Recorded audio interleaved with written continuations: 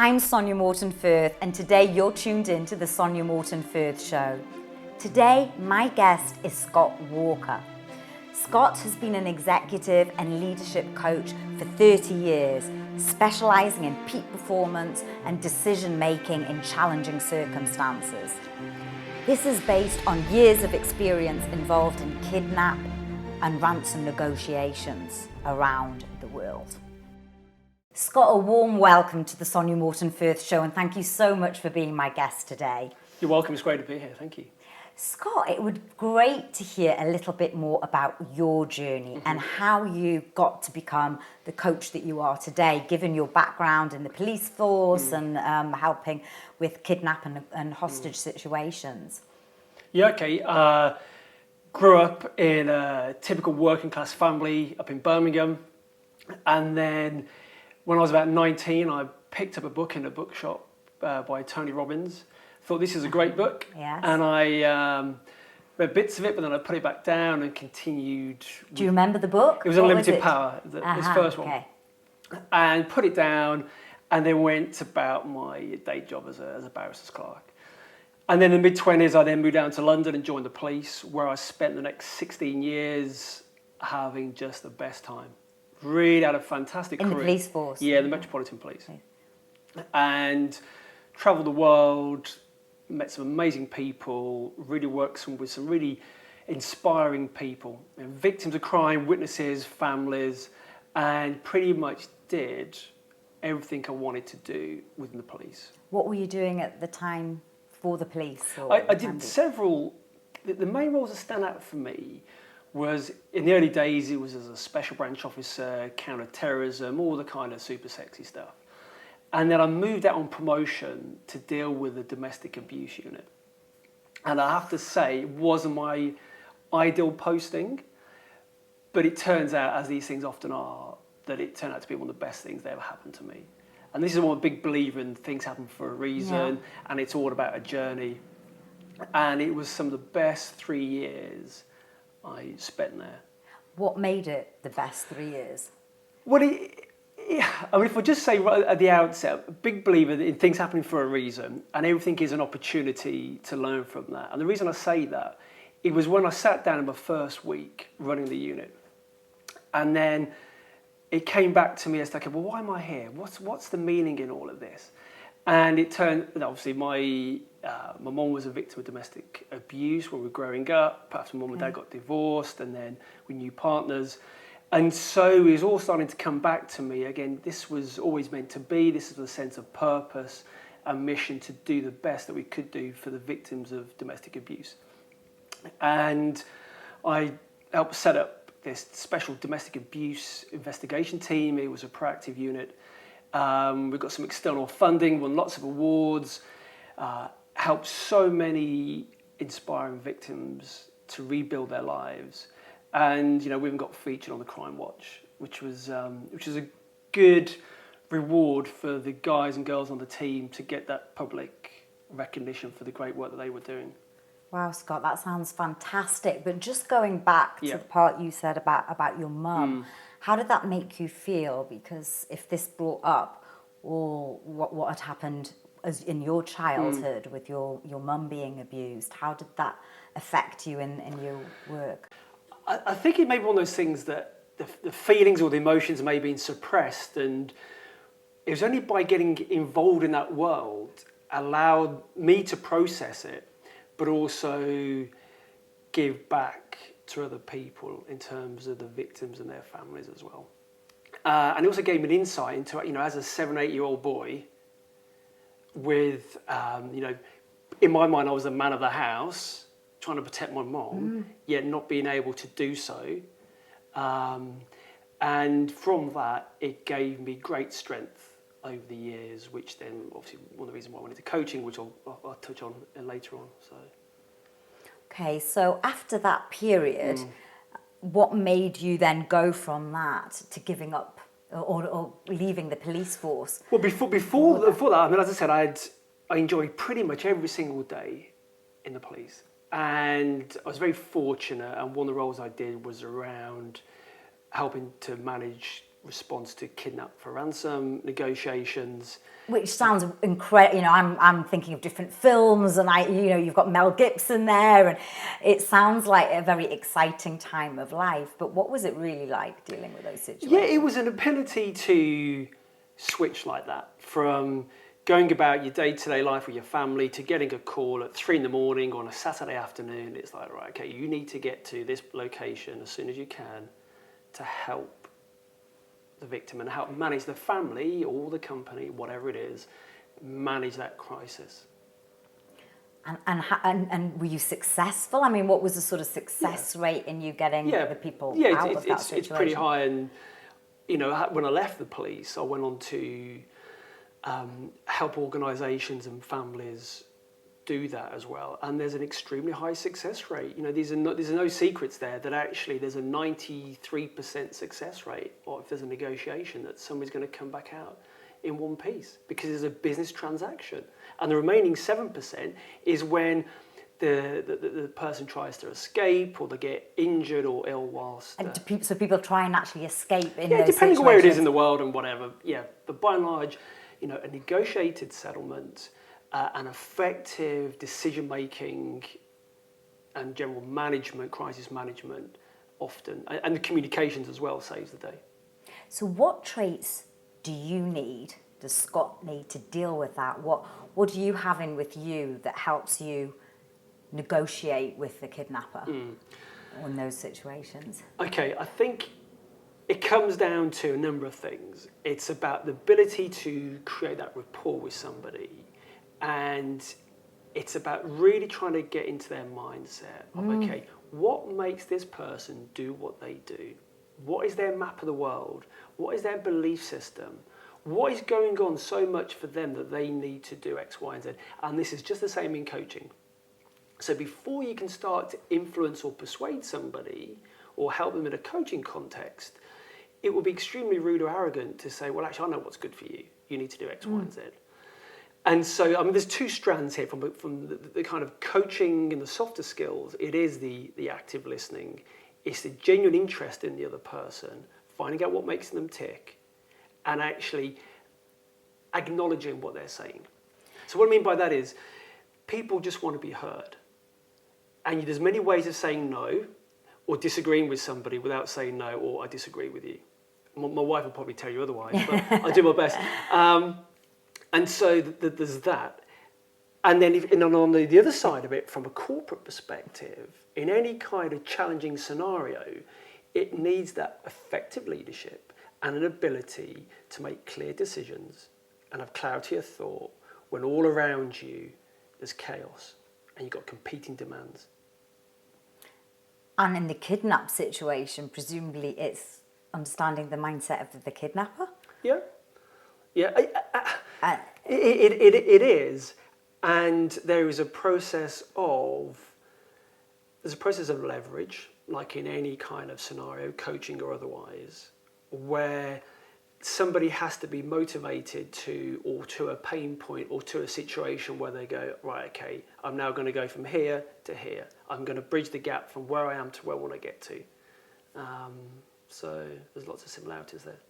And has there been any point through negotiations, either with your coaching clients or in the kidnap situation, where you felt like, oh shit, I'm losing, I can't follow through with these negotiations. It looks like you're losing the battle, the situation. That's a great question.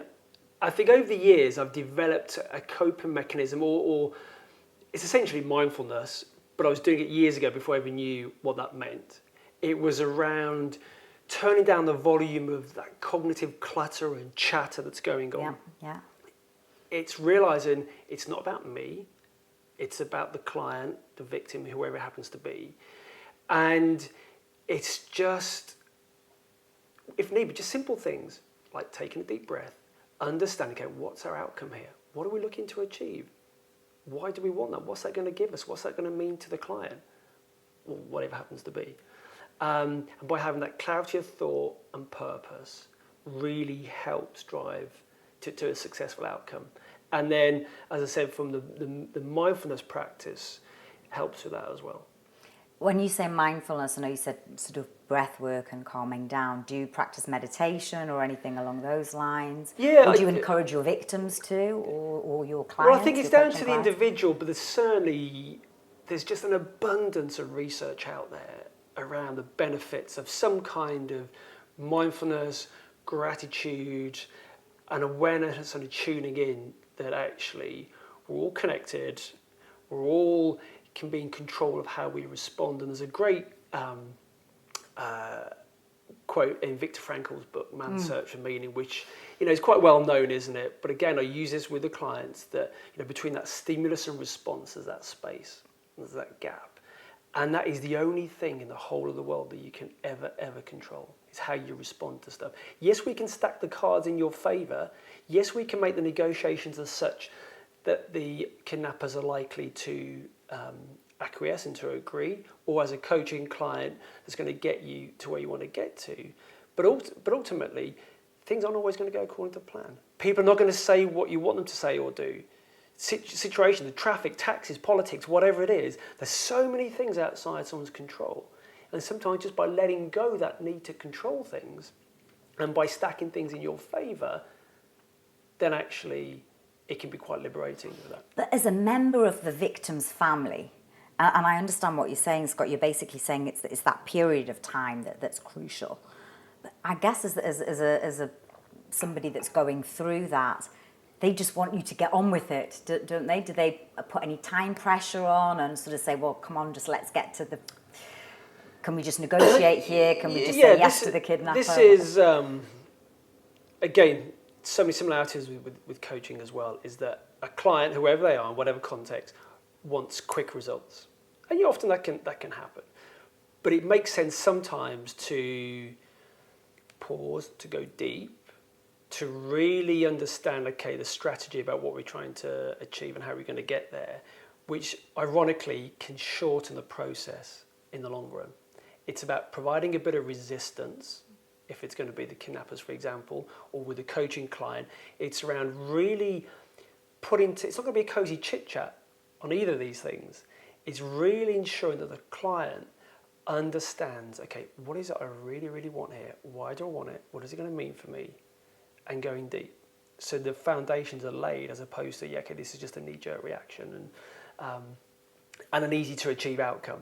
And with the kidnappers, if we give in too soon, they'll see this as an easy win and they'll come back for more later on. And have you seen that happen before? Yeah, a couple of times, yeah. In terms of where you are with your own journey, and you were in the police force, you left the police force, and you're now a very successful coach, what brought you to that point? As a coaching? As a coach and to lead the police force? Okay, well, I actually got offered some coaching whilst I was a police officer as part of a promotion process. Yeah. And I remember going into the first session, not really knowing much about coaching. This is about 14 years ago. And I rock up with all my list of issues and questions and challenges and problems in life I wanted the coach to fix. And I went, there you go. And he went, no. It doesn't work like this, Scott. And it turned out to be like the world's toughest job interview, but with myself. Pounding headache, sweaty back. And at the end of it, the coach, Carl, said, okay, well, how do you want to progress this? I said, I want to do what you do. And then did all the accreditations and the qualifications and then coach leaders within the police service and then set up my own coaching business and ran that in parallel. And then when I left the police, I continued that full time. And that just grew exponentially, really, really quickly, working with corporates and business owners. And I've looked back there, really. And so building on the kidnap stuff as well, the crisis negotiations, it gave me a real understanding as to what makes people tick. Why do they do what they do? How do people think as they think? And then there are patterns that, hundreds of cases and hundreds of clients, there are themes. There are patterns that show up, and it's about understanding, what is your map of the world? Why do you see, or what is it that makes you see things the way you do? And is there a pattern to kidnappers? Is there something that you can put your finger on and say, we tend to see this, and a lot of kidnappers, just in case I'm walking down the street and happen to bump into one, is there something that you can put your finger on and say a lot of them have this trait?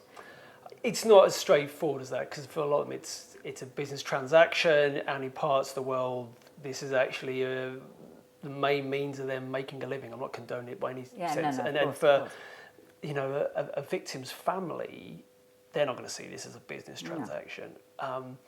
But ultimately, we've got something that they want and they've got something that we want, and then there's that negotiation.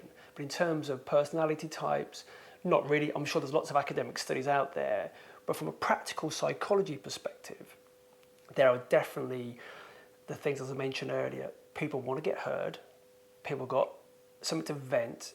They've got something that needs to happen in order for them to be happy or feel successful or whatever it is. And that's no different to a coaching client. So in terms of your own life, have you had traumas that you have gone back to and looked at that and sort of thought, okay, I can kind of benefit from that, or done some coaching on yourself, for example? Yeah, great question. Again, from the premise that everything is an opportunity, that as some great people say, about life happening for you, not to you, it's seeing that opportunity in every single situation, challenge, problem that arises. And a few years ago, there's a period of 6 months or so, maybe just slightly less, where it was challenge after challenge after challenge, trauma. I just left my career after 16 years. I was going through a divorce at the time, a messy divorce, and my mum committed suicide, all within a really short space of time. And very quickly, this sense of identity was just being stripped away. It's like, okay, who am I? What is going on in my world? What have I done to well, you ask yourself, who are you? All the ridiculous questions I know don't make sense to ask. And it's like, right, stop, get a grip. Not in a sense of pull yourself together kind of unsympathetic thing, but get a grip of the reality. Okay, what is really going on here? And were you a coach at this point? Yes, you were. Okay. I was. Okay, so didn't make it much easier. But what I did, it was digging into the experience, life experience, and the coaching experience of, okay, to get a grip of the situation, the reality. Don't make it worse than what it is, but get a real grip. Okay, this is going to start with me. There's no one's going to come along and get me out of this hole. And I slid down to a dark, dark, dark place. And how long were you in that dark place? Thankfully, it wasn't that long, I guess, in comparison to some people. It was a matter of a few months. But again, okay, so it was a reality check. Okay, where am I? And it was those questions that we were speaking about earlier before we started around, okay, well, so what? What does this really mean? What can I learn from this? How can I now benefit others from this experience? How can you bring meaning to your mum's death, though, in terms of how can you benefit from that? As I mentioned again earlier, you can't control what happens or what someone else does, but I can control how I deal and how I respond to that. And that's the only thing I could control. I can control what people thought about that, all the circumstances around it, and so on and so forth. But what I could determine is, okay, how am I going to use this experience, traumatic as it is, to help other people who are going through something similar, and turn my own life around so as I can inspire and enable other people to live a life that doesn't take them to the place that unfortunately my mum took herself to. And so there's lots of work, like a lot of people when they go on that personal development journey, you're reaching out for anything to give you answers, but actually it's, like all the sayings is, the road just takes you back to yourself where you started from. And again, it was looking in the mirror, that accountability mirror. Again, it's what I say to clients now, is you could BS everybody around you, but if you look at yourself in the mirror, then you can't hide away from yourself. So it's getting that check on reality. It was looking in the mirror. It was asking myself, okay, well, so what? What can I do now to turn this around, to learn from this, to grow, to help other people? And then the next stage is, okay, well, now what? Now I know what my purpose is going to be. Now I know what I want to achieve. how am I going to go ahead and do that? And how did you? That's $1 million question. No, it was about educating myself. It was about doing further coaching. It was learning all different techniques from NLP to many, many others. And it was just doing that deep work and becoming the best coach that I could be. So somebody could be not necessarily in the same situation as me, but they could have gone through something similar or an equally traumatic incident or episode in their life from their childhood or whatever.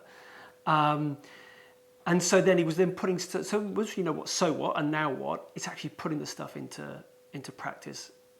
And then I was just reviewing it, just checking in with myself. Okay, how am I doing? How's my internal barometer turning up? And one of the best things I ever learned was around about letting go. Okay, it's all very easy. Letting go. It's all very easy around achieve. I see this with clients, particularly in the corporate world. It's all about the bottom line. It's about the house, the car, the partner, the holidays, whatever it is. And that's understandable. And presumably the leaders, the execs, I used to work in that world, and it's all about control. Yeah. And he asked himself, okay, every point what is it you need to have that control? What is going on for you or has gone on for you that means that you need that control in order to feel significant, for example? And what is the real emotion? What's the real thing that's going on for you? What's the real story, the truth that's going on for you in this? So, yeah. And how do you get them to let go? Because it sounds like such an easy expression. 3 words, let go, or 2 words, let go. But how do you get somebody just to let go? It is, and people go, well, actually, what am I letting go of? It sounds simple as you said, but actually it can be one of the hardest things in the world. And when I ask clients, okay, well, how could you let go of this? It's like, what do I need to let go of? And so it's doing the work. It's getting deep with them to actually understand, okay, well, what primary emotions are holding you back here? What's your map of the world that is getting in your way? What obstacles are preventing you from achieving this? And then it's just having some kind of trigger for them that when they feel themselves either outwardly or inwardly rolling their eyes, casting judgment, you said this or did that, which means I'm now doing this. If you catch yourself saying, you said this and therefore I'm now doing this, or because you said whatever, that's kind of sliding into that judgment. It's that suffering state that, doesn't matter what tradition you follow for thousands of years have talked about, falling into suffering or enlightenment or whatever it happens to be, or below the line indicators. If you get triggered, and everyone knows what I can feel myself getting triggered in different environments. Let's face it, we all get triggered if we're on the phone to Sky. Yes. Or, we're in a queue for a Sainsbury's and we've chosen the wrong queue and someone's taking forever. There's something in this that gets us... And it's the moment you put your intention out there, okay, I'm now going to let go of things, I'm going to live this purposeful, meaningful, fulfilled life. I guarantee you, the universe will go, oh, really? Well, let's just make sure, just test to see how committed you are to this journey. Mm-hmm. And it will give you a gift. It will give you a stroppy customer service person on the telephone. It will give you somebody on the public transport. It'll be one of your kids, work colleague, the weather, whatever it happens to be, you'll be given opportunities to put into practice. And so that's so true. It is though. So basically, by letting go, the universe could test you at that point. But again, it depends on, Albert Einstein said, the primary question to ask is, do I live in a friendly or an unfriendly universe? Is the world out there set up against me? Or I don't believe it is, but I guess actually, is everything an opportunity to learn from, to help, to grow, to encourage, to enable, whatever it happens to be? And so what I say with clients is notice that trigger. Okay, what is the stimulus? Where does that show up in your body? Because it's usually some kind of somatic feeling. Yeah, so I feel it either in my heart or my stomach. Or tense stress in the shoulders or whatever. And so it's, okay, well, if you could write this objectively as a news headline, what would it be? And for example, we could be WhatsApping and we just started out dating with each other. You send me a message, completely. and then you see me typing, and then I stop typing, and then I suddenly go offline. What's going through your thoughts? What was he going to write? Yeah. Oh my gosh, he was going to write something that I wasn't going to like to hear. Oh my God, he's not into me anymore. Yeah, my mind would just go completely, completely, etc. And we do that for all sorts of things, and we just we fill the void with just unnecessary weariness and suffering. And so the first thing to do is, okay, what is this objectively saying? Okay, man doesn't send text message, or starts text message but doesn't send it. Okay, and it's about removing the sting, the poison from that. And it's asking yourself, okay, well, what meaning am I giving to this? Is it an empowering or disempowering one? Am I above the line? Am I below the line? How is this helping me? And actually, and then also, is there more than one explanation for this? Could it be actually, being involved in an accident, or there's an old lady fell over in front of whoever it is and they've stopped to help them, for example. And so once you can get the objective news headline, you can work out how it's showing up for you, and then you can apply, okay, well, what meaning am I giving to this, and what meaning could I give to it? Same situation.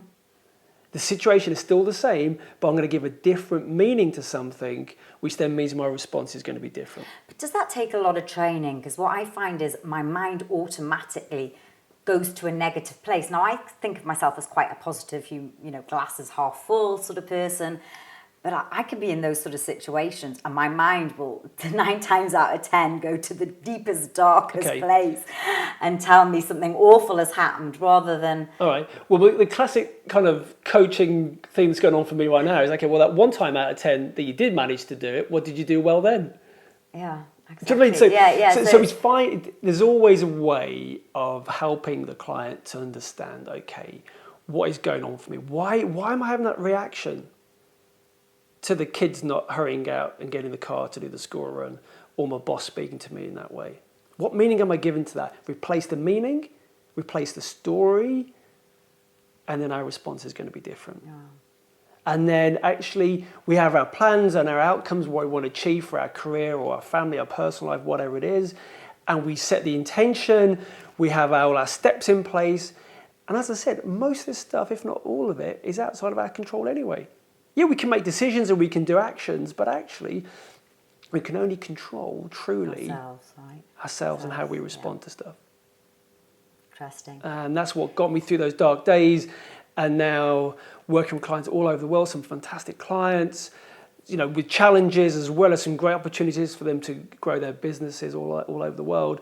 And it has just been a wonderful journey. Looking back, I can see why things happened as they did to get me to where I'm fortunate to be today. Wow, fantastic, Scott. Talking about your current clients today, and they're leaders, executives of corporates. Yeah, it's a mixture of business owners, small business SME owners, or managing director, C-suite type executives, who they're good at achieving things. Otherwise, they wouldn't get to where they've got to. But it's for them actually filling that void that can sometimes appear. You get to kind of the 30s or 40s or even 50s, and you think, okay, well, actually, is this all there is? This is meeting most of my needs, but there's something not quite there. So what I aim for with them is finding that sweet spot of, you can have all the achievement, and that is still fine. Actually, but you've got to enjoy the journey. And unless you can, every step of the way, be grateful for what you're doing and what life is showing up for you, that if you can't be happy when you've got £1 in your pocket, you're not going to be happy if you've got £1 million in your pocket. And do you find they come to you, your clients come to you because they're not fulfilled, or is it because of some business reason and they're hoping that you can solve? It's both.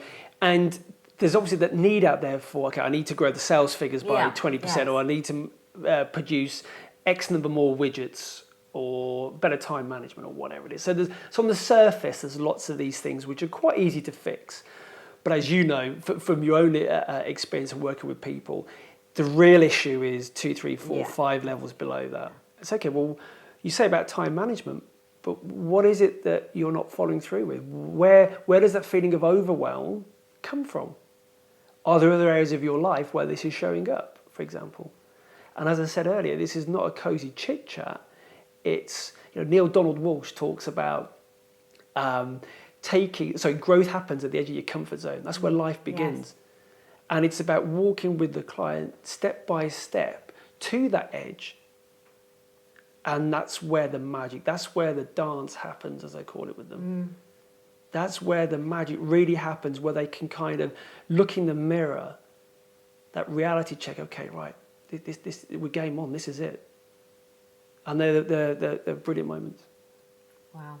Scott, at the moment, are you still doing the negotiation as well as the coaching clients? Yeah, occasionally. A lot of the time is with the coaching now, building the coaching, and that's going to progress out into the rest of the year with the launch of the book later on in the autumn. A book? Oh, you're bringing out a book. Can we know the title of the book, or is that? The working title is Red Centre Leadership. Okay, like it.